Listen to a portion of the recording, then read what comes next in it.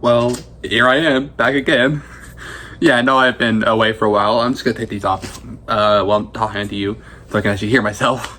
I know I've been not as active with the That's Critic reaction videos as I would have liked. I did some other, like, reading the Scooby-Doo book, did a demo reel for my voice, you know, it's gonna be random. Also did, couple, like, trailer, dubs, like, I did, like, I go frame by frame of a Japanese video and try to translate it. Yeah, I don't know why I do that. It's just, I have this, like, I had this thing, I don't know what it's called, where I just, like, I see something and I want to know what it's saying, and I usually use Google Translate, because I'm just some kid who I'm just some young adult on this platform trying to make videos. And before I get to the actual video I wanted to react to, I was watching Bloom's video not too long before I press record, about this guy named Critic, or whatever it's called, and about the whole stealing like thumbnails, something like that, stuff like that. Here's the thing, all he did was true. Yeah, I'm not gonna say I didn't do that the first time I did this. Here's the thing. When I first made my original channel, it was just some random video that I just wanted to post it because why the hell not? Like I said, I was like, what, like 5, 6 at the time, maybe like 7. I keep forgetting. I'll ask my mom later, but I know it's somewhere around maybe 2013 to 14 maybe, when I started making those random videos. And some of them were just clips from movies. I will admit, a lot of them were clips from movies, and then I tried to make like normal like stuff. I don't know why I did a couple gotchas, but I was bad at that, so yeah, there it goes down the drain. My original channel got taken down because of the video I made my gotcha share to react to. So yeah, and I did some other channels and all that. Anyway, fast forward to now. My first video on this channel was originally about Goosebumps, which is still technically is, because it's still called Genesis and Goosebumps fan, which that still I am, because I mean, a lot of my books are in boxes right now, so I can't show you, but yeah. I mean, I have somebody in the background. I don't know if you can see him. He's right behind me. Anyway, as I was saying, one of my first videos on this channel was doing a lip read of, or doing lip movement for the 12 book in the Goosebumps Toyland series, the Escape from Panic Park, if I remember correctly. I don't know why I did this. This was back when I was still in school. Yeah, by the way, yeah, I'm serious. And it was during the weekend. To calm everyone down, it was during the weekend. And that took like 2 hours to record, because, like I said, the book is around 2 hours, because usually a book is like, I'm trying to fast forward this.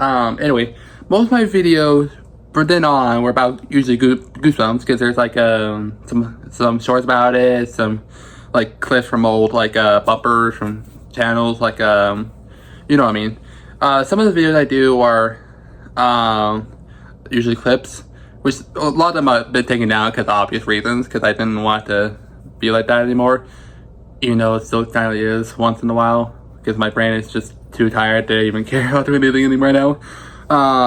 And the first time I did reaction videos was to a clip of the first Bad Guys movie.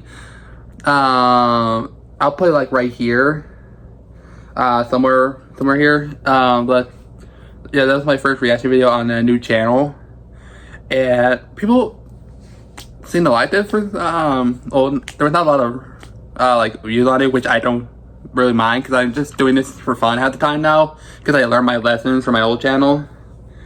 So most of my videos are either translate videos, like translate Japanese, like promotions for people if they want to know what they're saying in English, or reaction videos, or I did a couple of videos. My most popular things that I do on the channel are either Goosebumps related, Scooby-Doo, or even SpongeBob. You know, I'm more I'm more into Scooby-Doo, as you can obviously tell. I made a whole community post about it, and I asked what was the most thing that people see me do, and most of the people said Scooby-Doo, because I wrote that about that a lot. So I'm trying to be less like Carrick and more like Bloom or somebody else. Just more reaction, like you know what I mean. I'm trying to be more, you know, this guy, and not just, oh, I just gotta post a clip, even though my brain does that, even though I don't want to. It's like, sorry for that long thing. Anyway, my point is that after my original channel got terminated or deleted, whatever you call it, I wanted to be more myself, like my mom like invited me to. So that's why I started doing the reaction videos, and ever since my first Nostalgia Critic review, which was the SpongeBob movie, with Adam Strider and Nostalgia Critic, people, I think like at least one channel in particular, I put right up here, who wanted me to react to like Tusk, like some other Nostalgia Critic videos, and I wanted to get to them very badly. It's either my ADHD, my tiredness, or just doing something else, like going outside with friends, or going to my daddy's, or going to see like a movie, or go to a amusement park, you know, something like that. It usually scrambles up my thing, and I usually don't think ahead half the time. And sorry for this, I just a little trouble because it's still summer and my brain just anyway. So with that out of the way, so I might just stick to translating collection videos, reaction videos, and read videos from now on, or at least I hope so, because my brain is not probably gonna remember that. But please, if anybody who watches me, who actually watches me, let me know in the comments, like a timestamp where I said those things. Please, that would be very helpful, because sometimes I forget very easily, even though I don't want to. Yeah, it's very, very surprising at the time. Anyway, so the thing that caught my eye today is that I was going through my like comments from some of the videos. I try to get to as much as I possibly can, even though sometimes I have other things to do. But when I saw one comment, it's coming from the same guy who was asking me to react to the Nostalgia Critic review of Tusk. He wanted me to react to the Nostalgia Critic review of The Emperor's New Groove. And considering I love that movie, I thought, why the hell not? Because, I mean, it's dark out and I'm not really tired and I have to do something to keep myself from boredom. And yeah,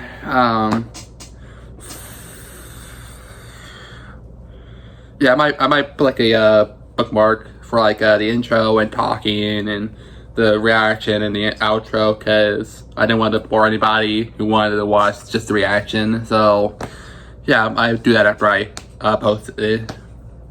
Anyway, let's get the headphone back. Oh, that's Howie. Oh, sorry, my headphones are a little broken right now, so try to make sure they're not. Anyway, so like I said, we're gonna react to the Nostalgia Critics review, or I guess review, if you want to call it that. I keep forgetting what it's called at this point. Of The Emperor's New Groove. Without further ado, we're 8 minutes into this recording. Anyway, let's start this in 3, 2, 1.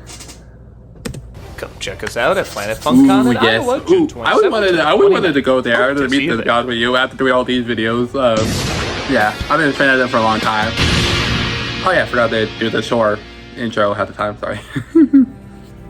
It started like any other 2000. 2000. Threw off my groove. Look at me in the Oh, yes. The Emperor's New I love the movie. Emperor's New Groove. What, was Funk already taken? The Emperor's New Rad Awesome. Disney is so desperate. Come on, kids, we're still cool. We have half a Tommy Boy. I'm so Thought it would be anything. Oh hey, did you hear Emperor's New Groove had the lowest box office for a Disney anime film since the 80s? Well, that's what they get for trying to Well, that's find not out gonna what's be cool. Well, well, here's the thing. Oh, look, 2000 I mean, until Martin and Mom come out. Then Freaking. something Anyway. happened. Oh, hey, did you see? We're reviewing Emperor's New Groove today. Oh yeah, I remember that movie being funny. Oh, there it is. changed. Oh, yes. I thought we all agreed this movie was lame. When I gave it a chance, got a few laughs out of me. But David Oh, Spade. yes. Sometimes Yes. David Spade can be funny. Was Oh. once laughed at for good reasons is now laughed at for the intentional reasons. Rob, something's going on. Well, what is it? Remember that cringy Disney animated sellout film from 2000? No, but I remember The Emperor's New Groove. That was pretty funny. Amber New Groove. I love that Where movie. it was critically panned, ridiculed by audiences, universally forgotten. But Oh, somewhere but not along the line, anymore. stuff I mean, there was a TV changed. show about it. And a sequel. What year is it? 2025. What color's the sky? Blue? For now. What is the Emperor's Really? New For now? Groove? Oh. Okay. You don't remember when it happened. You don't remember why it happened. I am enjoying this Just know so much right now. stuff changed. I'm not crazy. I know we all agreed years ago this movie was bad. Well, you were right to call yourself back in the year 2000, because I can say with all certainty that the Emperor's New Groove is... Squeaky, squeaker. Oh, there it is. Oh, Emperor's New here's the Groove is what? sunshine. Squeak. No, delightful. Charming. No. Joyful. Worth all the memes.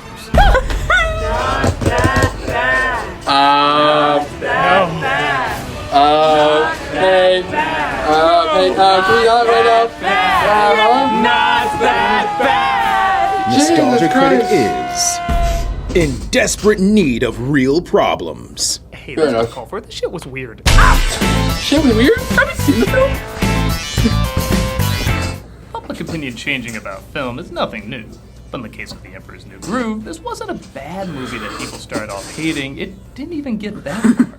This was seen Really? as a nothing flick. Not just a nothing flick, nothing? a desperate nothing flick. Have you seen Monster Not everything Moms associated or with this film, from the advertising to Huh? the lead actors, Or- to the or- title or- alone, or- meant huh? at the time connected to desperate and lackluster, when Disney was putting Lackluster, out a hmm. lot of desperate and lackluster material. Even the origins of the film seemed desperate for an identity. As a documentary called The Sweatbox revealed, it was a serious retelling of The Prince and the Pauper in the Incan Empire that was going to utilize some of Disney's top-end animation. But over time Wow. it became... Oh yeah, wasn't it originally called Inca the Sun or something like pivoted that? hard, throwing itself 100% into a fourth wall-breaking comedy, and over the years, it acquired quite a following. The film's been constantly meme, people dressed up Yeah. like the characters, it got a high school TV show because the universe was willing that into existence a lot back then. It found its Yeah. fan base. But I will admit, I was still in the camp of finding it underwhelming. Yes, there are some good laughs in it, but I only saw it once and didn't remember it winning me over. I can't say I disliked it, I just don't remember it leaving that big an impression on me. Well, I watched it the first time, and I actually thought it was, Later. like they said, pretty good. So, I'm gonna sit down and see if it's as underwhelming as I remember it. See if finally it's all coming together. It's all coming together. So, how are things in America after the year 2000? I love that. This is probably for the best. Let's take a look at Emperor's New Wait, but if the year 2000 had died, doesn't that mean that he should disappear? And that's Back to the Future logic. It's so hard not to call him Couscous, showing the terrible fate that he's going through. Pretty pathetic, huh? Well, you'll never believe this, but that llama you're looking at was once a human being. No, he wasn't. He was David Spade. Yeah, I'll just say it. Your enjoyment of this movie is gonna weigh heavily on what you think of David Spade. And I'll be honest, he's just not my thing. I don't hate him or anything. I don't even dislike him. I've seen him on interviews and everything. He's got a lot of talent. It's just his particular style of smarminess doesn't make me chuckle much.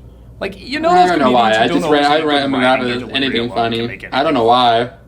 David Spade needs good writing. Okay, this is the real me. Fair enough. Not this. This. Not this. Winner, loser. Like, this is our strong opening joke, I guess. Oh, look at me. That's me as a baby. Cool. Also, you might get me to change my mind on the movie, but I'm sorry, you are not getting me to change my mind on the title. Why were films trying to give this word a resurgence at the end of the 20th century? I'm sorry, unless this guy's on maybe. the poster, it is just not gonna sound cool. Movie. Oh, yeah. As you may guess, Cusco is a spoiled brat, ruling the Incan Empire. Well, that's with pretty a golden- obvious. Butler. Chef. I mean, the intro should have told you that. Oh yeah! Tom Jones' version of Hercules Paul Schaefer. He's ruled everyone he encounters, even people who interrupt his dancing. I'm sorry, but you threw off the Emperor's groove. Oh no! You were saying? Riverdance this time period really didn't want to let go. That inability to move on should only be reserved for online creators. It is time for you to choose your bride. Oh, this scene, I forgot about this one. Princesses. Hate your hair. Not likely. Yikes. Let me guess, you have a great personality. And okay, that reaction's pretty great. We're introduced to Yeah, Pacha, pretty played by obvious. John Goodman, who's there to see the Emperor after a quick conversation with Old Man Piglet. Well, considering... Don't tore off his groove! Okay. Well, considering the same actor who played Pacha also is going to play Papa Smurf in the new Smurf movie, I would be surprised. Good job. We're introduced to the Emperor's advisor and her bodyguard, Yzma and Kronk, played by Eartha Kitt and Patrick Warburton. You were doing it again. Doing what? Doing my job. I've come to stop you from stealing the throne. No, the movie. You're clearly the funniest part of it. Yeah, it probably comes as no surprise, but Yzma and Kronk are probably the funniest duo in Disney history. Yeah, move over Mike and Sully, to hell with Timon and Pumbaa. The hell they get on the list? But some genius in casting knew teaming up these actors who are complete opposites would be comedy gold. Remember how he said some people can make anything funny? You are listening to two of those people. Take it, Kronk. Feel Oh, I love these I love these scenes.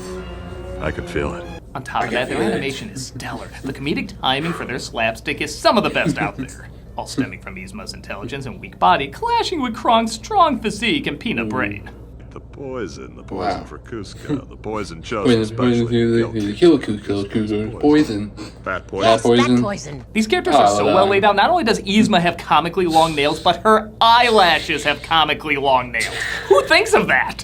Whoa, look at these wrinkles. What is holding this woman Jesus Christ, I did not do that today. The Emperor is selfish, but for some reason doesn't put together the obvious villains are trying to take over his kingdom. By the way, you're fired.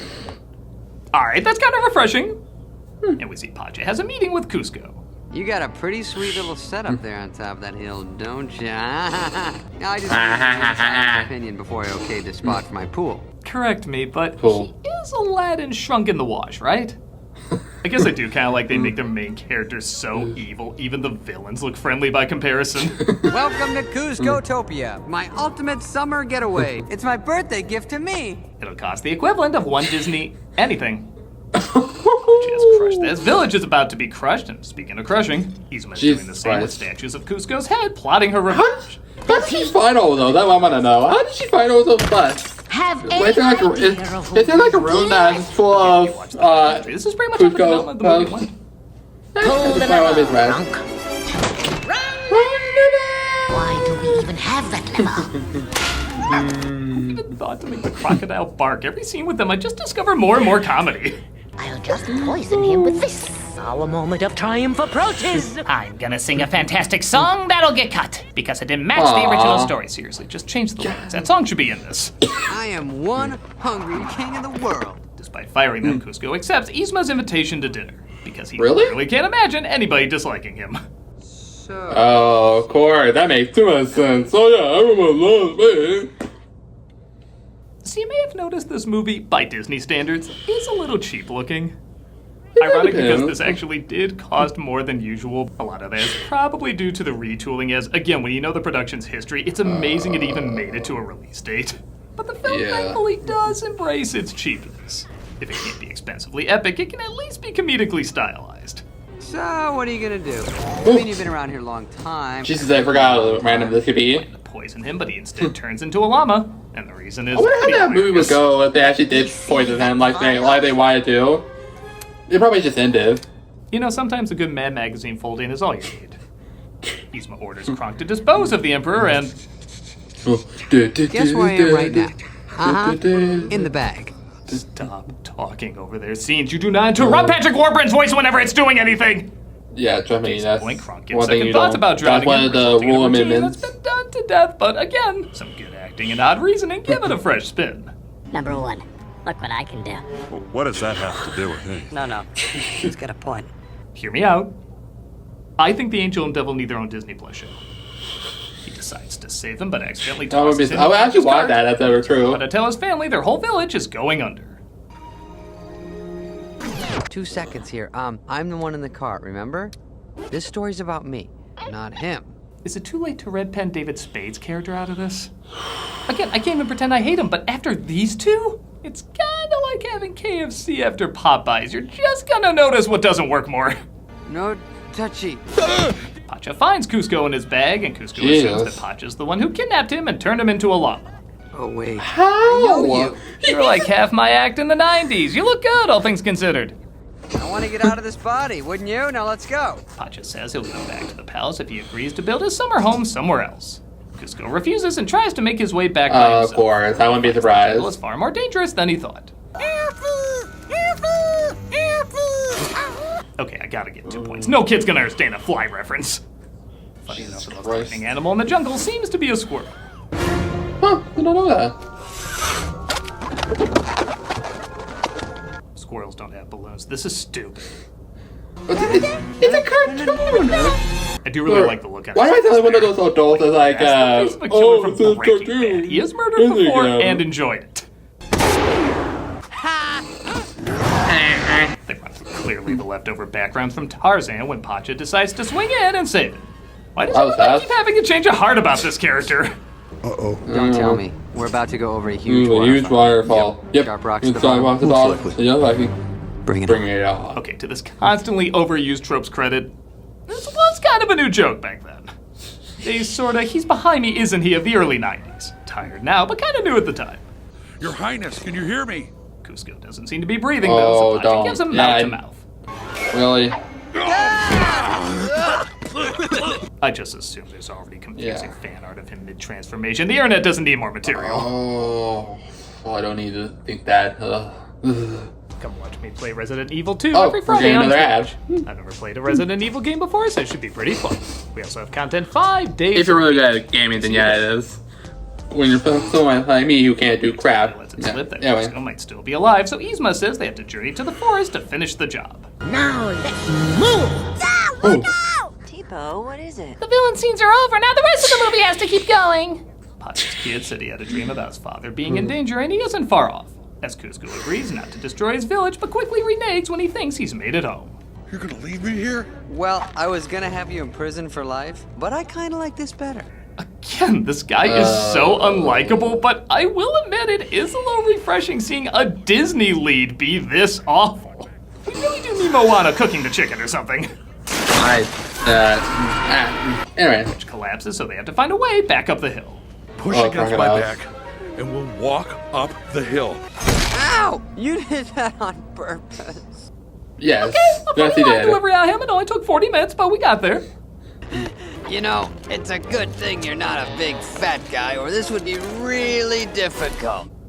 That's another great delivery. Is this where finally Hunter Biden said it gets really funny? Jesus wasn't walking around in a robe with no underwear hanging out with prostitutes. I think he was.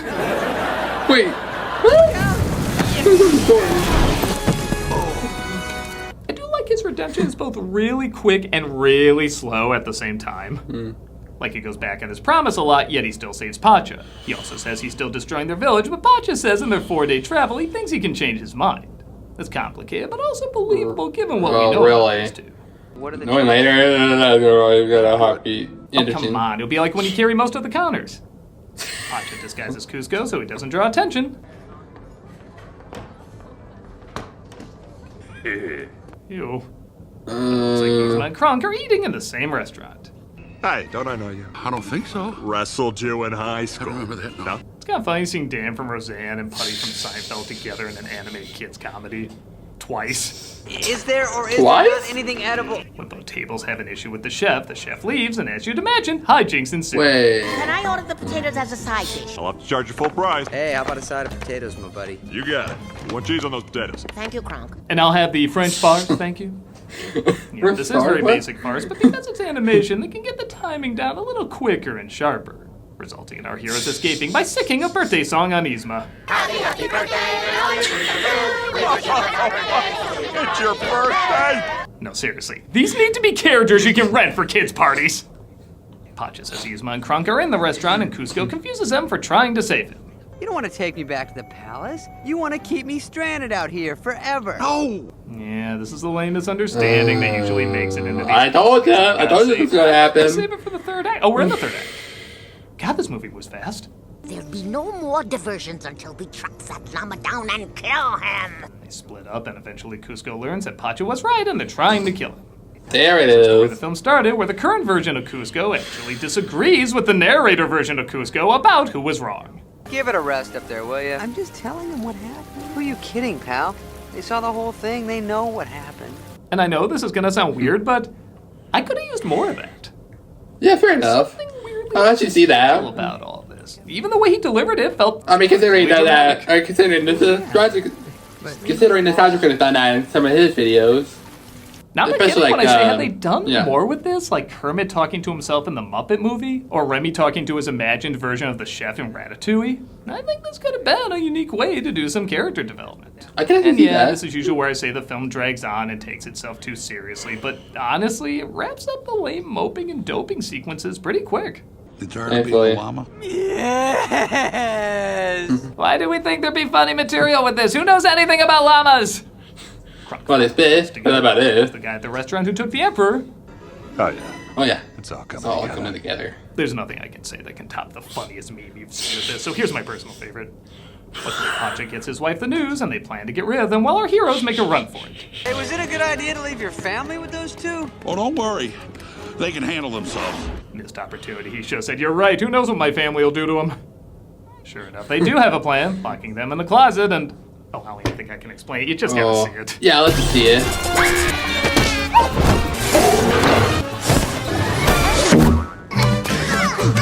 That is some of the funniest Disney animation since Hook and the Crocodile. Oh, yeah. And I know I had my complaints before about character and being invested and some of the humor not working, but I am not kidding. Literally, the last 15 minutes is nothing but jokes. It's like they shrugged and said, yeah, sorry about the emotional moments. Disney had us put those in because parents would complain there needed to be a lesson. We're literally gonna do nothing but make you laugh for the rest of the movie. And Well, it does. it is really good at it. The last chunk of this movie is damn hilarious, with them chasing each other around the kingdom and making it back to the castle. You want proof they just don't care and they're only going for the humor? Look at this when the villains make it back to the castle before them despite being miles behind. How did you get back here before us? How did we, Kronk? Well, you got Well, me. yeah, I got me. By all By all accounts, accounts, it doesn't make sense. I love they had an hour of character building and they're just like, screw it, let's just make them laugh. I've just never seen a Disney film do that before. Not only is this last third really funny, like the most consistently funny stuff in the film, but it actually kind of makes up for the weaker moments earlier, because you could argue it was building all that up just to not use it and acknowledge it doesn't really matter. You can argue it's not the best storytelling, but it is some great joke telling. There's even a good wrap up to the Angel and Devil gag. It didn't even need a wrap up. Sorry, I'm late. Oh, what'd I miss? Well, Yzma just tossed me this knife and asked me to, you know, take them out. And then this... Cut to Russell Crowe saying, "The Angel, he never ages!" Even when the film has a perfect out, like they could have killed off Yzma here, they're like, nah, we got some more jokes we want to try out. Ah, great, now it's home on the range. Hey, I've been turned into a cow. Can I go home? You're excused. Anyone else? No. No, we're good. Christ, when did this get so consistently funny? The film suddenly catches fire and nothing can put it out. My only issue when Yzma takes the potion, you totally could have done a Catwoman joke here. Is that my voice? Is that my voice? Oh well. Oh well. She gets the potion that can turn back into human. Oh, bye-bye. So funny. But they eventually get it back and return Cusco to human. He turns out to leave, Pacha's village is saved, his wife gives birth, and do you care? The movie clearly doesn't. That's bizarrely a good thing. I'm so proud of you guys.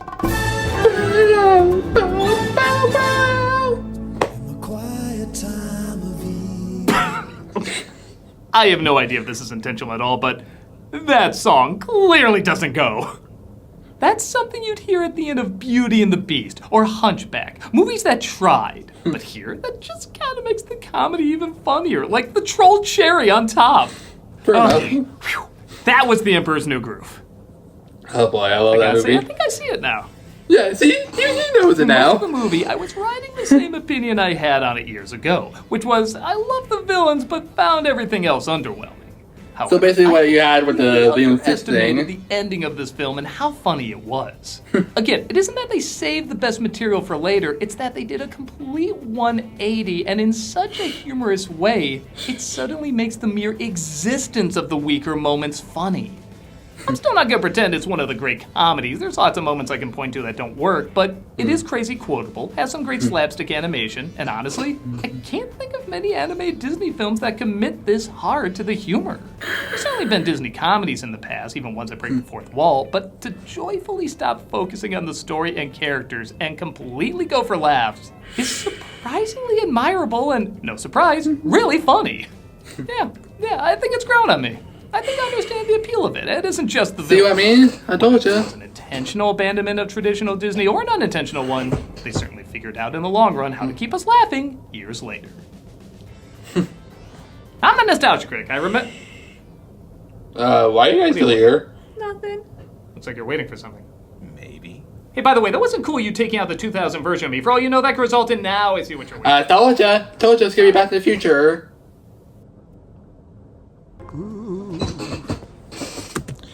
Yeah, like I said, I knew it was gonna turn into a Back to the Future type thing where when they shot 2000 nostalgic critic, he was gonna die and yeah, or disappear if you want to play it. Anyway, so that was my reaction to Emperor's New Groove, or the nostalgic review of it. And I never laughed as much in my life. Well, kind of a lie, because I laugh a lot at cool stuff like YTPs and all that. Anyway, so there we go. I finally got to get to do it. You know, it came out like a month ago or a week ago at this point. And I'm sorry, I've just been stuck on other stuff. So I've been stuck on Discord, doing like voiceovers for like SU SpongeBob's and Waldo's Summer Plus show where I play Patrick and Ultra. I think I'll probably cut this out because I don't want to make them angry. So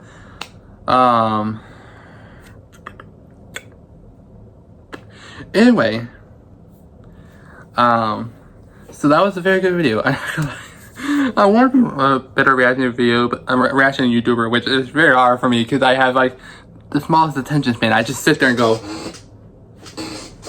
But sometimes I like to do like ADR stuff, like I did throughout this video.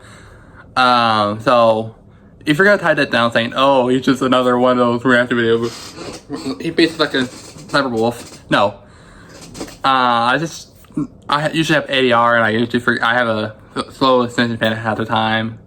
Like I can't even go for a TV series without going without skipping an episode for some reason. I don't know why. It's just my brain wants to watch it.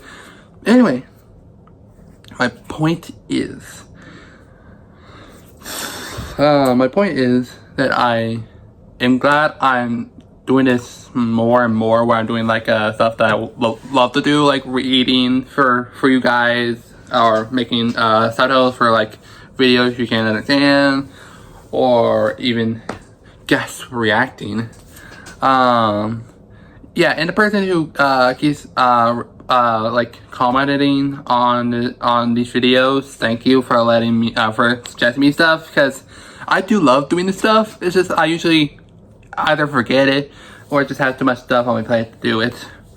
And the reason why I didn't do the test one, the reason why I didn't do the test reaction video is because I love the reaction, I love the review, and I love the movie. It's just, it scares me, and I just want to forget it. It's, yeah, I'm a bit of a baby when it comes to horror sometimes. Like, I'm fine with like normal horror stuff, like Friday the 13th or other stuff, but stuff like Tusk. Oh boy, it's not just normal, or it's just like. Anyway, hope you guys enjoyed the video. If you got any more Nostalgia Critic, John Tron, or any other video you want me to react to, put in the comments below. Somehow I'm turning into a Nostalgia Critic reaction video. Somehow I'm turning into a Nostalgia Critic reaction channel for some reason. I don't know why, but here I am. Yeah. That's all I had to say, and this has been long enough, so hope you guys enjoyed this video, and like and subscribe, all that normal jibber jabber. See you guys later. Bye. Remember to smash that subscribe button